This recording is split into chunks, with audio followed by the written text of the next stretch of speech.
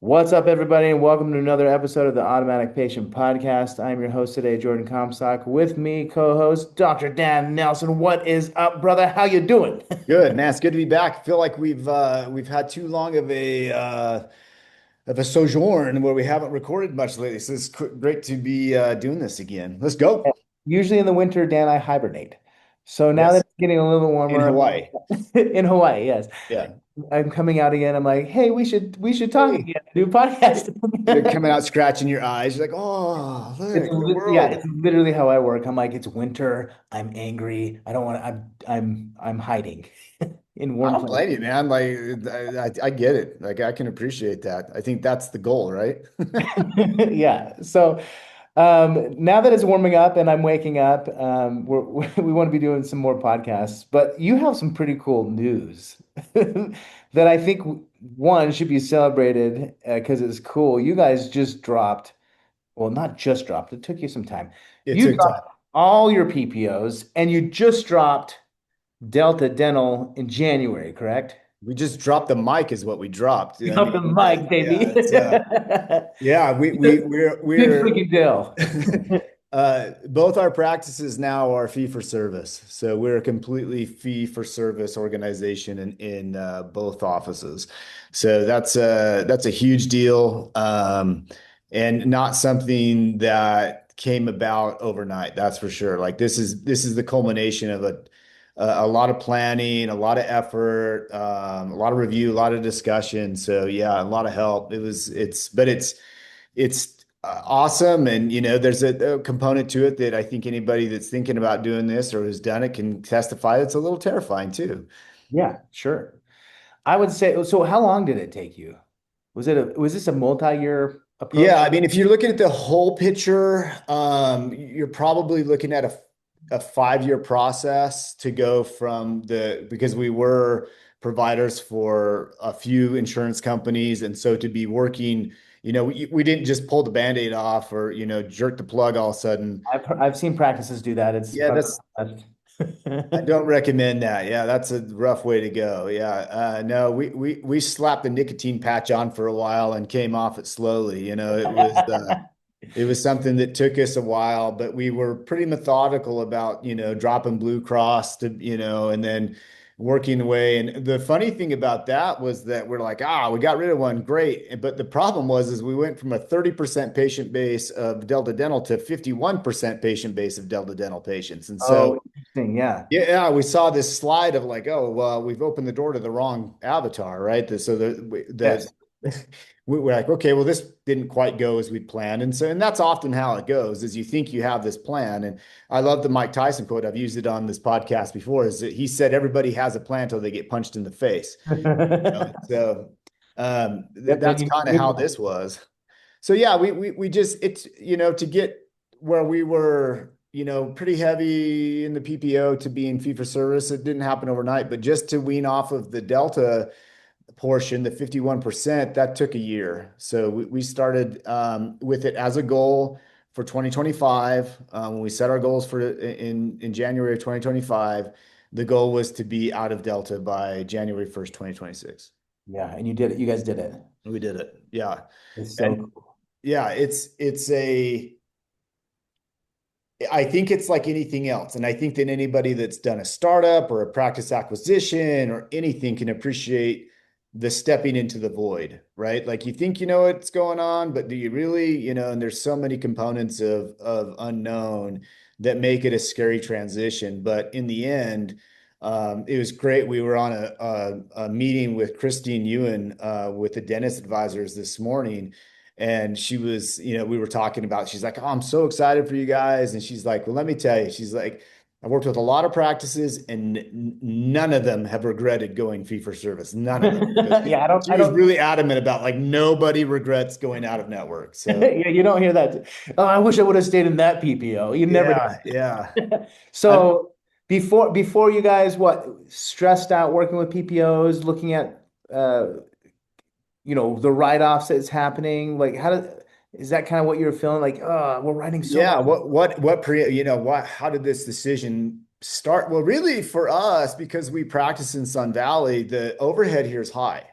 Sure. And but because Sure. Sun Valley's in Idaho, that means that we can't negotiate, not that Delta negotiates anyway. You know, and so Delta's reimbursement rates in Idaho are bad. They're not good. Yeah. And they That's like reimburse. Utah. You can't really negotiate here. It's really bad. Delta doesn't negotiate anywhere, you Yeah. know, but there are some insurance companies that can make it, a little more difficult of a decision. This was not a difficult decision, because when they don't increase their reimbursement rates for, in 22 years, that's a problem, and so while our overhead was going up, we watched Vacation our costs. yeah, Um, all of it went up. Inflation's been brutal since COVID, yeah. so Yeah, uh, I feel it in my company too. everywhere. Everywhere. It's like, Yeah. oh, wage inflation. It's insane. So Yeah, you, and then you throw the hygiene problem on top of that, and you have for us, it was a really big hike in overhead where we were stagnant on our reimbursements. And so in order to compensate, we're working our guts out, and so it was Jared and I looked at each other and we're like, we can't keep doing this. This is a non-functional model. This is going to eventually collapse on itself. And so we had to get a plan together. And the first part of that plan, I think this is important to note, is the first part of that plan. And I think what we'll do is we'll just kind of give an overview.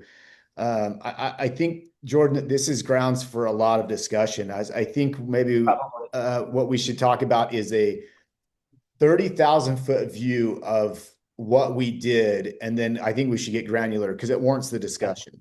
I think so too. It's that important. And just like what you said, the cost of running a business in general, but one in dentistry is increasing and it's getting harder. And these insurance companies, if they really haven't adjusted, things for 22 years, that's a massive problem. Well, it's It's coming to insane. an end.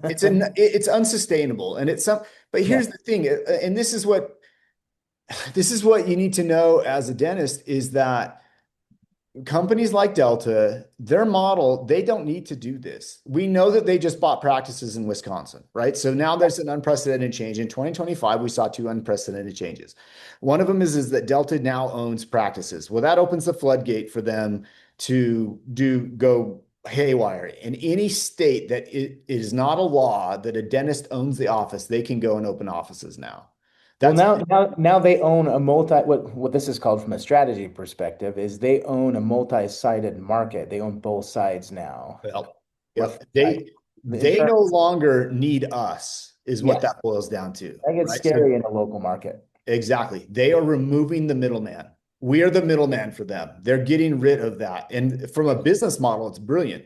From a Absolutely, yeah. Yeah, from an industry model, it's terrifying, right? Like it's not good for us. It's not good. I don't care if you're a DSO or you're a private practice or you're corporate, whatever. It's Yeah. bad. This is not a good thing. The other thing that we saw, and this is going to raise some hackles, and that's okay. You can drop me a line and tell me how bad I suck. Is that before that happened, we saw Delta positioning itself to get in bed with ADA, with the ADA. Oh, yeah, yeah, yeah, yeah. I've had So podcasts on other shows around this topic. It's yeah, crazy. it was a very strategic maneuver, and it came out, when you start seeing Delta big old logos in dental schools, and now they're the primary Uh-oh. financial backer of the ADA because ADA membership has fallen off so much. Now you have this position where they were able to go and move and buy these practices and they have the ADA in their pocket. So what's the ADA going to do? Right? Like, don't count on the ADA to come to the rescue. They're not there. They are in bed with Delta. And that was Kind of part of see their the same plan. thing. Kind of see the same thing in like other healthcare industries where like pharmaceuticals have gotten into the schools and the associations and you see their logos and they kind of manipulate and it's kind of like industry propaganda. Yeah. I Like mean, you need insurance. yeah, exactly. I mean, like I said, from the business standpoint of it, you can't fault them for what they're doing, right? Yeah, no, I get it.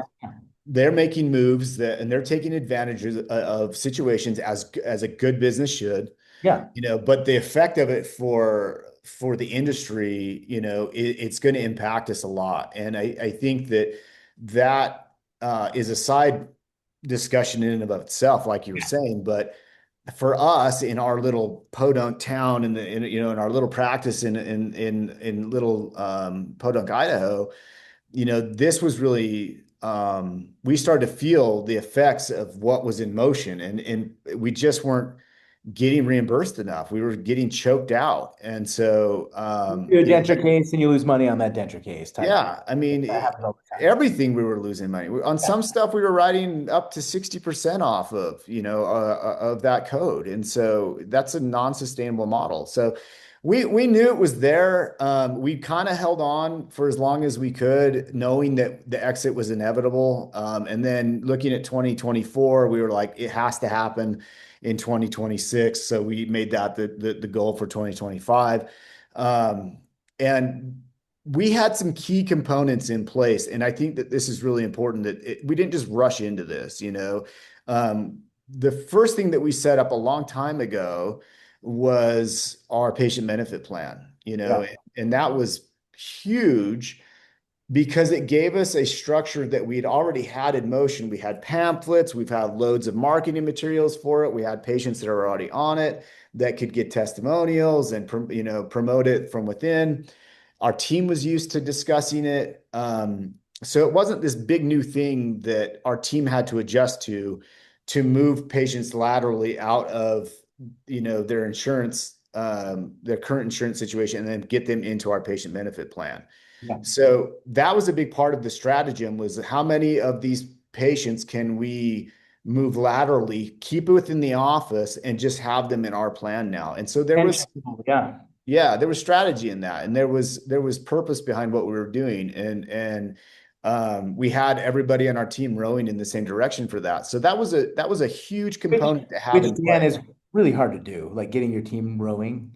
So like that's a big deal that you're able to do that and the Yeah. membership plan and drop PPOs. Like that's pretty cool. Yeah, but they were used to it. Like I said, so we started that program years ago. And so we've been in and out of the leaderboard at Boom Cloud for being the top office in the country Hell multiple yeah. times. Yeah. Because our team likes to promote it. We don't bonus traditionally, but that is the one thing that we do bonus on is patient benefit, new novel Yes. patient benefit plan members. We do So bonus on that. just some data on that mindset around your mindset there. The top growing practices like on our platform at Boom Cloud, uh, bonus off of new member signups. Yeah.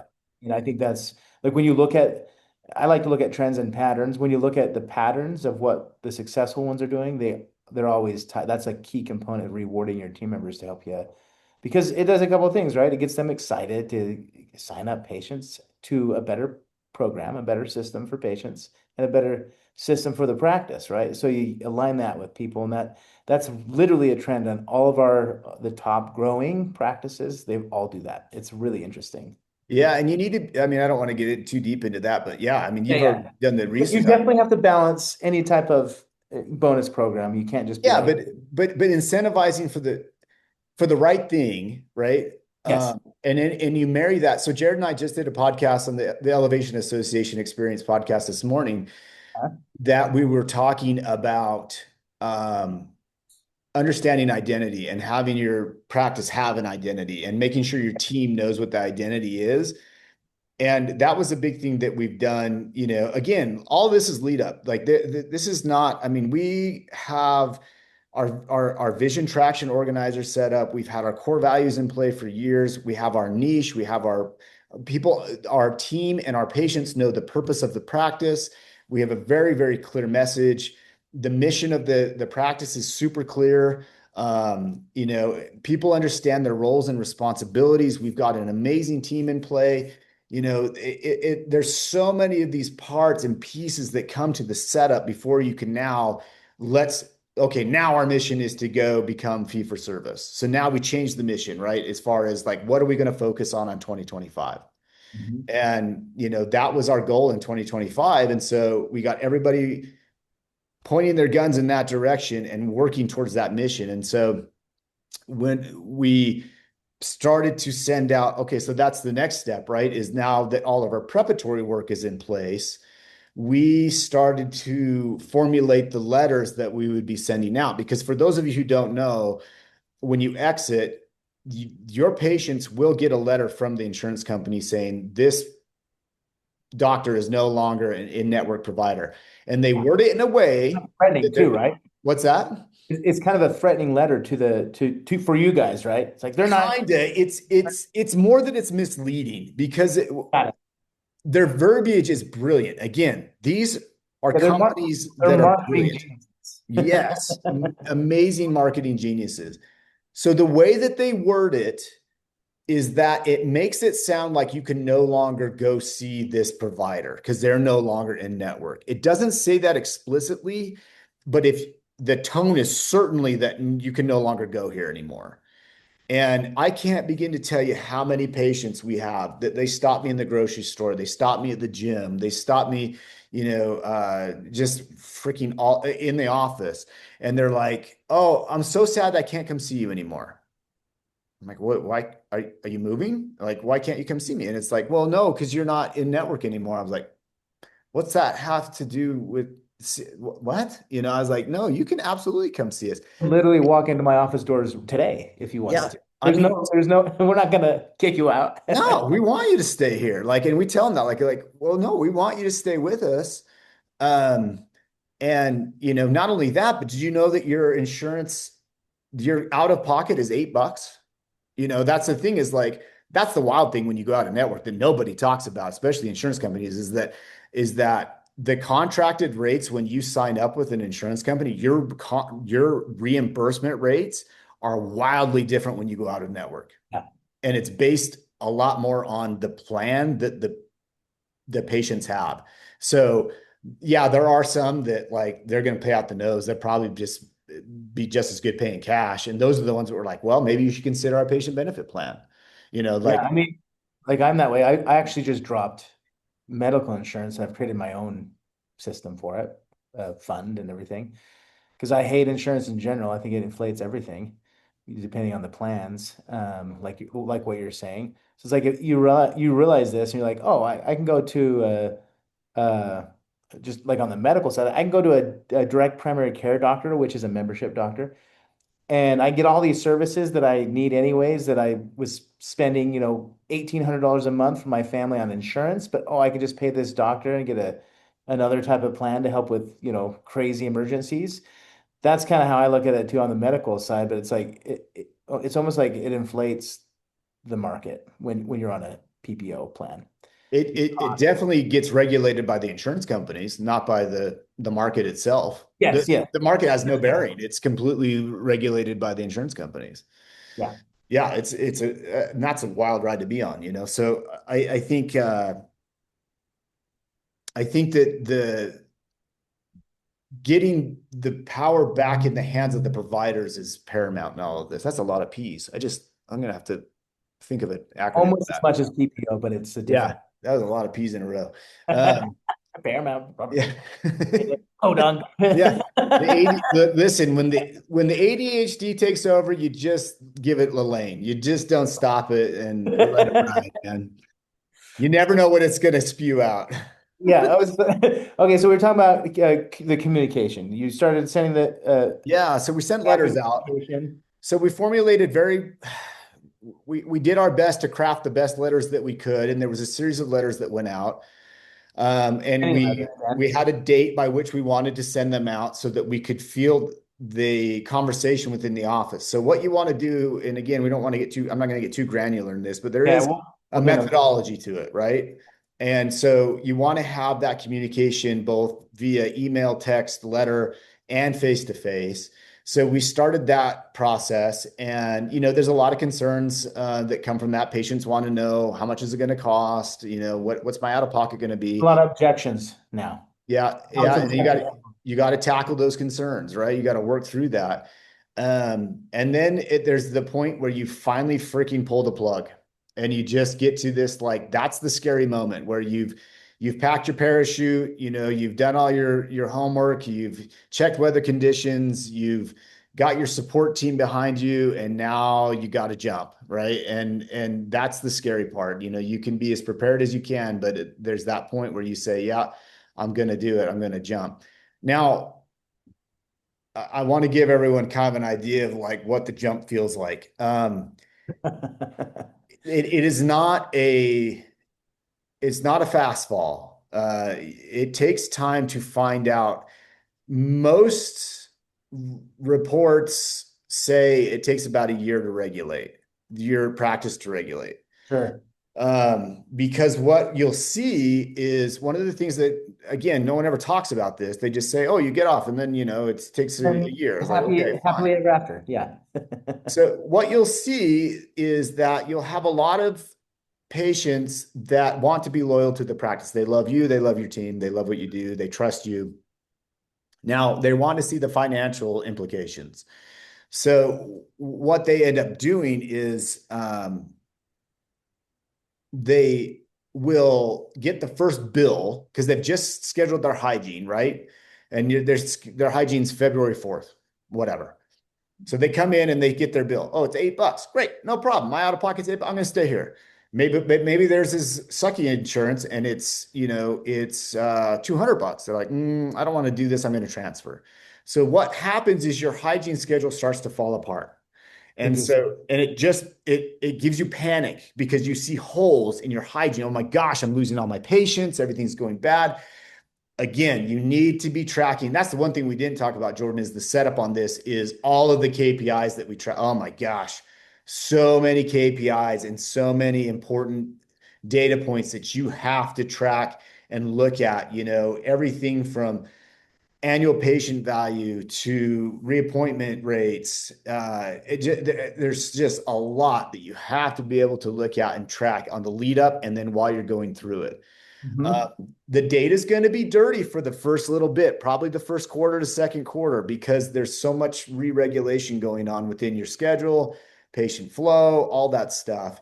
But you're going to have someone in your office who is an absolute rock star about getting patients in. Now, assuming you're exiting because you've got a patient base big enough that you can exit, that's going to mean that one or two people, three people, maybe, depending how big your office is, are going to be on the phone all day, every day, filling the schedule back up because there's going to be fallout, fallout, fallout. And So you guys created like an outreach strategy with yeah, there has to be. And you have to use data for that. We use dental intel for that so yeah. that we actually have lists for our team to pull from. They're not just like some paper made list or Excel checklist or whatever. It is a living, breathing, active list that we can pull from that shows when they were in last, who are their family members. These are people that you can now give. This is a list that you can give your team to actively be working through to fill up the holes. So it is, you need to dedicate that person to that role for that time because it is, that's the scary part because now you're falling, right? Like that's the fall. And at some point, you got to hope that the parachute opens.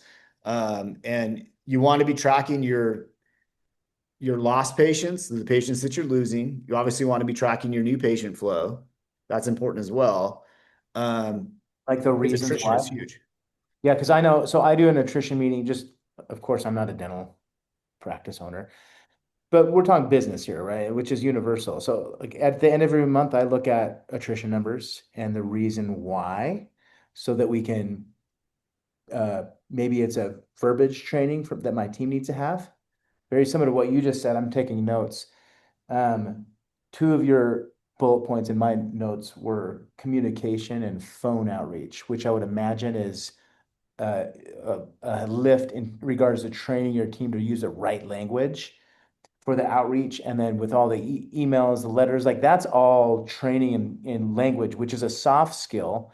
And if you're not constantly training on that with your team, it atrophies because it's a soft skill, right? Yeah, and this is one of those points that I want to get into in a later podcast, Jordan, where we can really get into the nitty gritty of what that looks like. How do you train your team on this stuff? What do you not say? I think that there's more importance on what you don't say and then what you It'll do bring say. out what you shouldn't say. Yeah, that's Yeah. typically how it goes. Yeah. And everybody's heard it when they hear it. They're like, oh, that wasn't what you should have said. It's Yeah. but yeah, I mean, So- I think the whole process, it is A, it takes time, B, it takes a ton of planning, and C, it takes courage.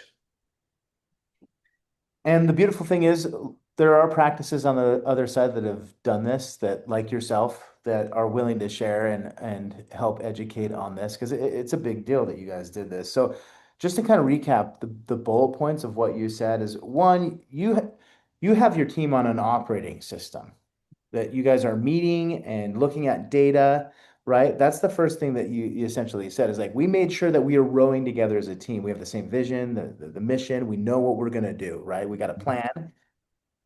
Two, you So said organization. organization. Yeah. So two, you said know your data, like looking at our data, using dental intelligence in your guys' case, looking at your data and understanding the right data because you don't have to look at all the data. There's a lot of data in a dental practice. There's maybe what, 4 or 5 data points that you have to look at. Yeah, probably five. Yeah. Okay. And then the next thing you said is make sure you have a patient benefit plan or membership plan to retain patients and to Pack the parachute, man. Yeah. pack the parachute. Yeah. And to move, you said move patients over laterally. You said that a couple times. It's right. And then four, arm your team members with verbiage skills and a communication strategy with patients. Because, like you said, Delta Dental and all these other companies are going to send letters that are going to cause confusion. So you need to be able to break that with verbiage and communication skills. And then the fifth one is what I have here is create a proactive outreach strategy, or you call that recall Hmm. recall outreach, getting people back in and but using the verbiage that you need to use to say, yeah, Right. you can still come see us. And I think that would be an interesting episode to just do verbiage episode. Be like, okay, what's the verbiage Yeah. you need to train your team up, and how does that work? So if we were to bullet point list that out, did I miss anything, Dan? I think that's kind of what I wrote as you were talking. Yeah, that's right. And I think that, if there's a take home message to be had is that it can be done. Yeah. It can be done. This isn't new territory. It's probably new territory for you. It's Yeah. new territory for us, but it can be done and it can be done without too much white knuckling. There's going to be some white Just knuckling. don't cancel all of your PPO contracts in one day. Just, Or yeah, yeah. don't do that. Be strategic about it because this is a strategy. Well, how does it feel now, though, Dan? Like now that you've kind of gone through it, you're operating does it feel like you're operating a new business? In some ways, yeah. I mean, that's a great question.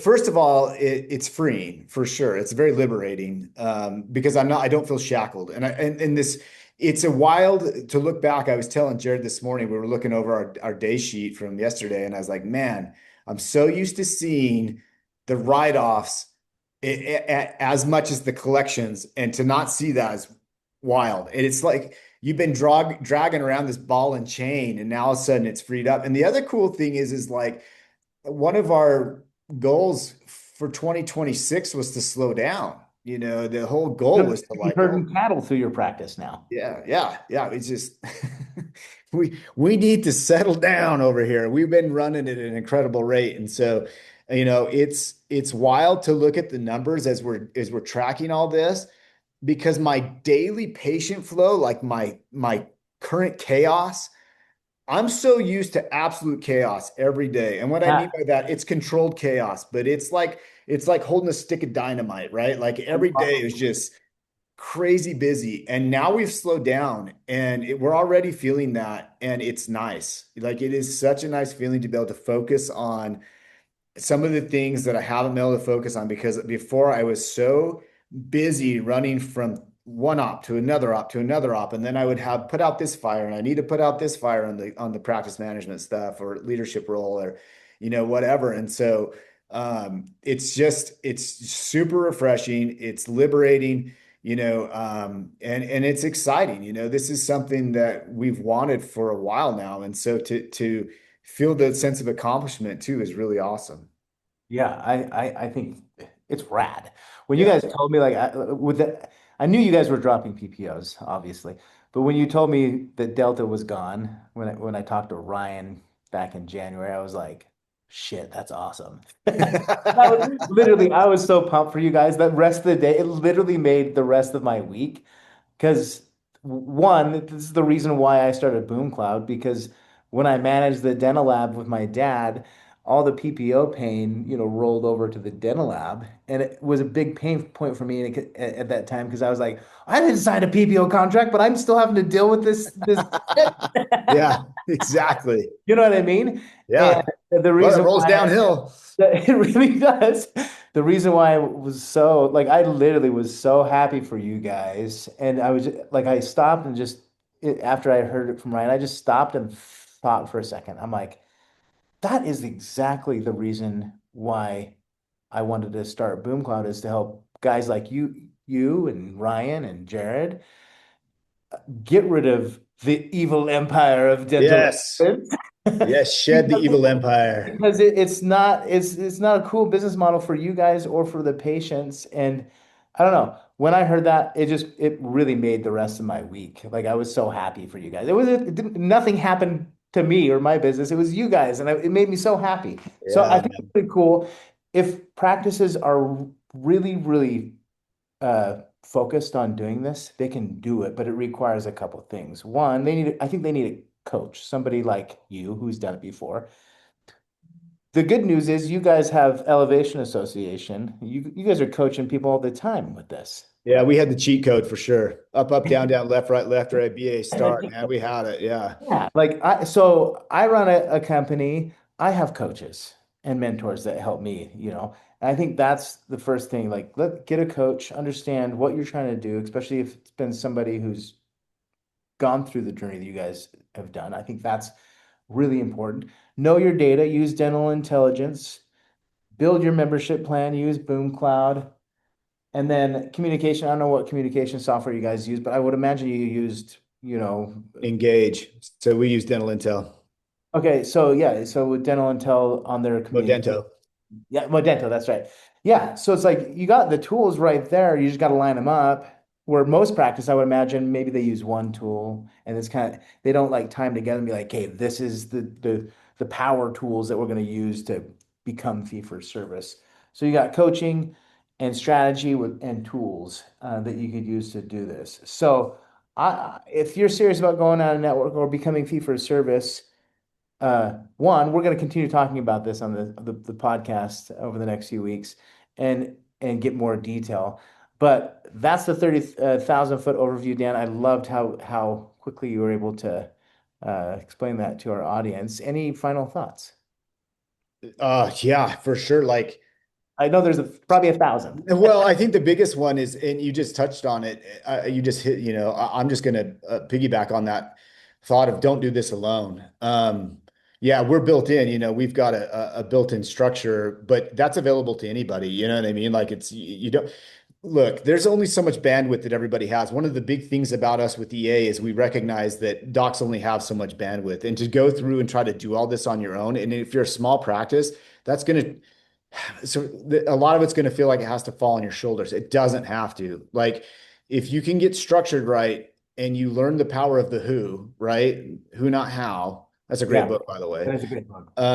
Then life becomes exponentially easier, and going through one of these things is far more achievable than you could ever imagine. And so just just know you don't have to gut this out and grind it out on your own if you're trying to accomplish this. Like utilize there's so many good resources like BoomCloud out there to help you to accomplish this. So, there's no reason to just, you know, grind through the minutia when you don't have to. Like get some people on board to help you to accomplish what you need to get done. And it's well worth the investment, both in time, money, all of it. You'll get a huge ROI on it. But yeah, and then the other thing without this is like, reach out to us, reach out to Jordon, reach out to me, man. I love talking this stuff. So if you want to see what's worked, what I'm not hasn't, a what's dentist and I like scary, talking about this stuff, dude. Am I yeah, weird? Super nerdy. Like, let's talk some more nerdy stuff, So yeah, that's about it. That's kind of my final thoughts, I guess, is this like I'm excited to get more into this, more granular. We have so much to talk about. So this will be a fun podcast series. Hey, with that said, thanks, Dan, and we hope everyone has a rocking day.